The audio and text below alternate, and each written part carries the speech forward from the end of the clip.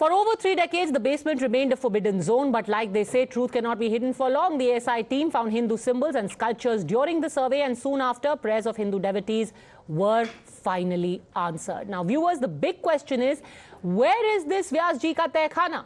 Here's a quick representation of the exact location of the cellar that stayed sealed for 3 decades. Remember, a lot of people wouldn't even have been born at the time that devotees were simply stopped from accessing the Vyas Ji ka Tehkhana. Where does it stand in the Gyan Vapi? How can devotees gain access? If you were at the Kashi Vishwanath Mandir, where would the Tehkhana be? Let's tell you.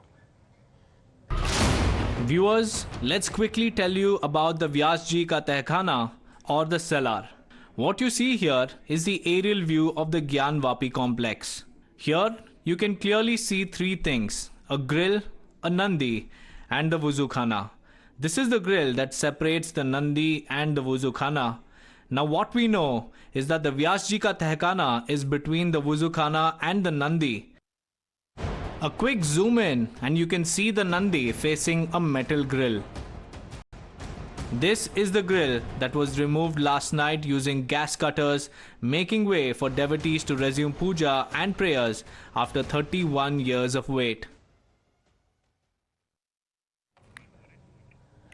Viewers, let's quickly tell you about the Vyas Ji ka Tehkhana of the cellar. What you see here is the aerial view of the Gyan Vapi complex. In fact, a grill that separates those 2 areas, and that really is where the Tehkhana stands right now. Let's tell you what was found inside. On your screens are pictures from the ASI report, which gives you a glimpse during the survey. The ASI team found a Shivling, Hanuman idols, Vishnu sculptures, Krishnamurti and Yoni Patt in this very cellar. This truth was buried since 1993 when the Mulayam Singh Yadav government put locks on the doors. Let's cut across to Ashutosh, who's joining us now live from Varanasi. Harish will join us on the legal angle, because remember, this now has also gone to the Supreme Court. The matter went to the Supreme Court with the Anjuman Intizamiya saying, don't let prayers happen inside the Tehkhana. पर आशुतोष, सबसे पहले आपसे पूछूंगी, क्या आज सुबह का माहौल था? आप वहां पर मौजूद थे 31 साल बाद जब दरवाजे खुले और लोगों ने तहखाने में प्रवेश किया, क्या दिखा?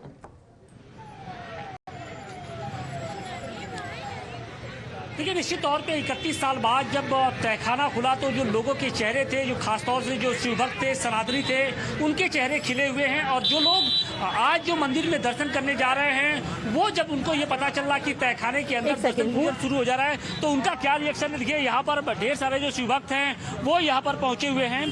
क्या कहेंगे जब आप लोग को ये मालूम चला कि तहखाना खुल गया और वहाँ पर भी पूजा पाठ हो रही है? बहुत ज्यादा इतनी खुशी है, हम आपको बता नहीं सकते। इतना ज्यादा हर्षोल्लास था। हम लोग पूरे 100 लोग एक साथ आके यहाँ पे दर्शन के लिए हम अंदर गए और और देख के आ रहे हैं। ऑफिसर लोग अंदर आरती पूजन शुरू हुआ तो हो गई है। इत्तेफाक है या फिर क्या कहेंगे? आज आप लोग दर्शन करने भी आए और उधर मस्जिद का तहखाना भी खुल गया। ये बाबा का बुलावा था और आज का दिन ऐतिहासिक हो गया कि 31 साल बाद फिर बाबा की पूजन आज चालू हो रही है। हम लोगों के सामने अधिकारी पूजन के लिए गए थे।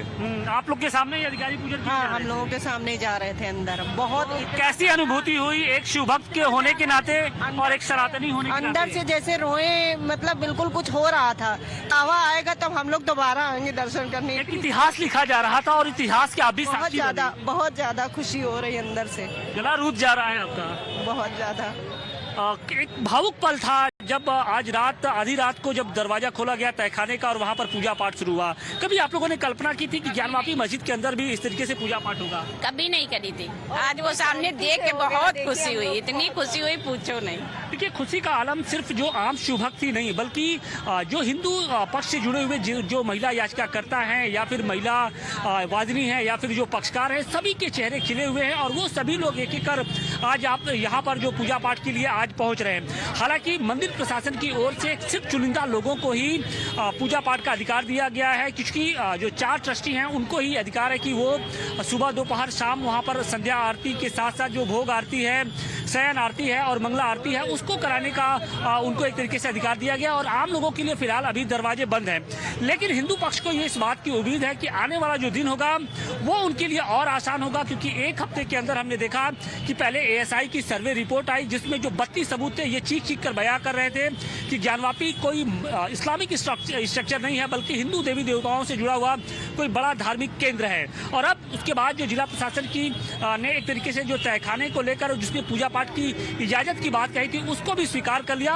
और बड़ी बात यह है कि स्थानीय प्रशासन ने भी रातों रात उस पूरे ऑर्डर को कॉम्प्लायंस करते हुए वहां पर जो आरती है, जो पूजा पाठ है वो संपन्न कराया। और अब उसके बाद पहले मंगला आरती हुई, फिर भोग आरती, अब इसके बाद शाम को संध्या आरती और रात में शयन आरती। तो जो हिंदू आशुतोष हमारे साथ बने रहिए।